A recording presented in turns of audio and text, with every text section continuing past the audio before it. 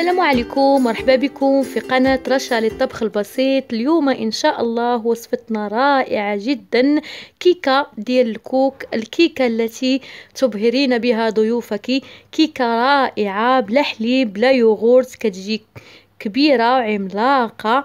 نتمنى تعجبكم هاد الوصفة. بقاو معايا نعطيكم المقادير. طبعا المقادير ديالها بسيطة جدا واقتصادية، والمذاق أروع والنتيجة رائعة. غنقطع لكم تشوفوها من الداخل قبل ما ندوزو المقادير ديالنا. نقطع لكم تشوفوها من الداخل كي كتجي معلكه وزوينه بزاف. ننصحكم باش تجربوها وما تندموش على التجربه ديالتها، لانها فعلا تستحق تجربه. ها نتوما كيفاش كتشوفوا كتجي ما مدقصه ما والو، معلكه واحد الريحه خطيره. فلا صوبتوها ذوقوا جيرانكم لان الريحه كتعطي بزاف. البنات اللي باقي ما اشتركوش في القناة ادعوكم للاشتراك في القناة بالضغط على زر الاشتراك بالاحمر وتفعيل الجرس. نبقاو مع المقادير. عندي هنا 6 البيضات، 6 البيضات، 2 كيسان ديال سكر سنيده، 2 كيسان ديال الزيت، 2 كيسان ديال الكوك، 2 كيسان ديال الدقيق، جوج.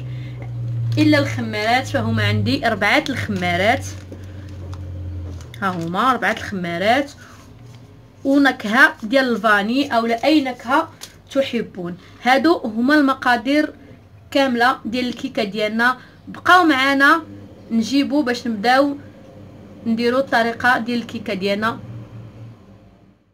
فغادي نبداو بالطريقه. غادي نمشي نجيب خلاط كهربائي، وغادي نجيب اناء فاش غادي نخلط البيض. غنفقس البيض ديالي هو الاول، طبعا مع واحد شويه ديال الملحه، ما حطيتهاش في المقادير ولكن راني غادي نديرها. من بعد ما طربنا مزيان السكر ومع البيض ومع شويه ديال الملح ومع نكهه الفانيلا، فانا هنا كنزيد الزيت وكنطرب مزيان بالخلاط الكهربائي. من بعد ما طربنا مزيان البيض كيقول لي مرغوي هو والزيت والسكر سنيده، فانا غادي نضيف الكوك.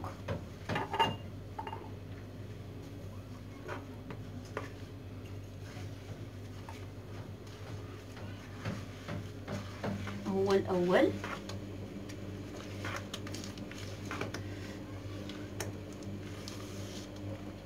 ثم كنضيف الدقيق وكنضيف الخميره الكيميائيه.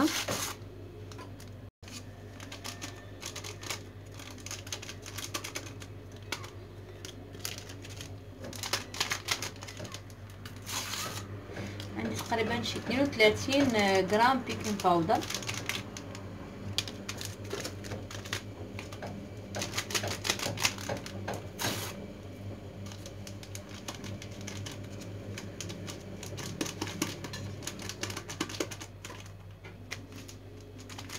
يمكن لكم ديروا نص المقادير، انا عاده كندير نص المقادير، ولكن ملي كيكونوا جايين عندي الضياف او لا انا غدا عند الناس كنديرها هكا مضاعفه باش يلا كتجي كيكه زوينه وكبيره. لانها هي كتجي نورمالمون الا قسمنا هاد المقادير، راه هادوك هما اللي كنت فايته دايره معكم بنص المقادير، ولكن كتجي صغيره. فهي ملي كتجي كبيره كتجي زوينه.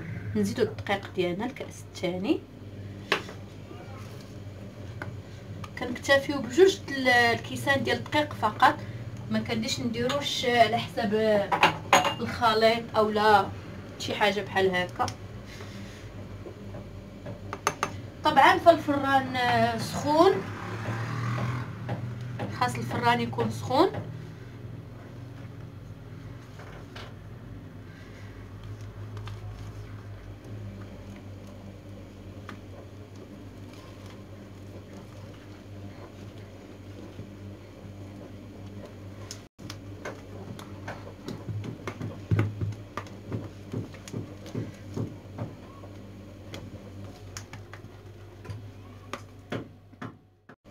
كنجيب مول كبير كيف ما كتشوفوا. فهاد المول الزماني القديم. هذا كيطيب على البوطه. تخطراو ندير لكم فيه كيكه نطيبوا على البوطه، عنده الغلاقه ديالته. الناس المغاربه راه عارفين هذا المول قديم، من المولات القدام ديال الكيك، وصراحه كيطلع الكيك زوين. مهم عندنا انا هنايا المول مدهون بالزبده ومرشوش بالدقيق.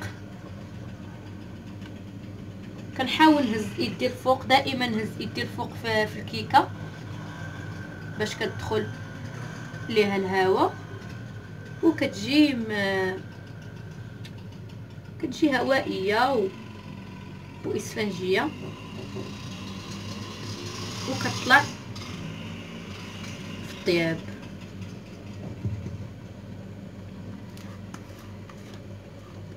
طبعا كيف ما قلت لكم فالفران راه هو شاعل سخون. ملي غنبغي ندخل ليه الكيكه ديالتي غادي نقص عليه بحال الطياب ديال الكيكه العاديه، ما كتهزش بزاف ديال الطياب دغيا اون فوا كتطلع.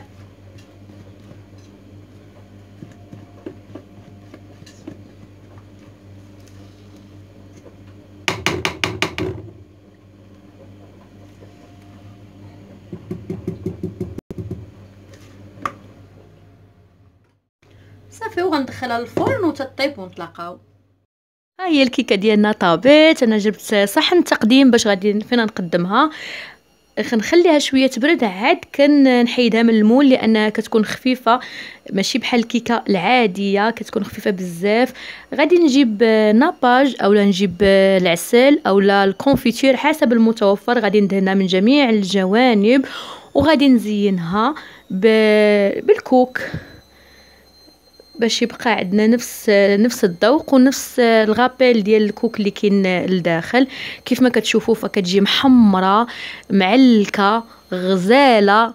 جربوها فانها تستحق التجربه، وواحد الريحه كتعطي رائعه. فين كيف ما قلت لكم في التقديم الا صيبتوها ذوقوا جيرانكم لانها كتعطي واحد الريحه رائعه وكتشم بزاف.